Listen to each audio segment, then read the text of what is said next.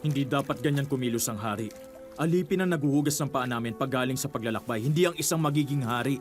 Pareho tayo nang iniisip. Kabaliktaran to kung paano maging star. Ibig ko sabihin, ang hari dapat. Kasi, bakit niya ba ginagawa to?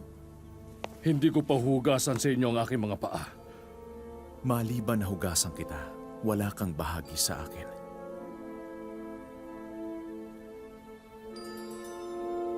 Kung ganon, hindi lamang ang mga paa ko, kundi pati na rin ang aking mga kamay at ulo.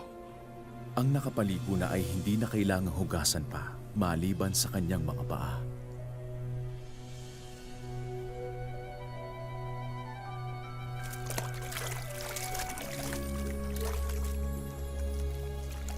Tinatawag niyo akong guro at Panginoon at tama kayo sapagkat ako ngayon.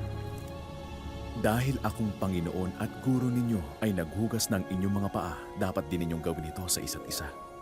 Mapalad kayo kung nauunawaan ninyo ang mga bagay na ito at inyong gagawin.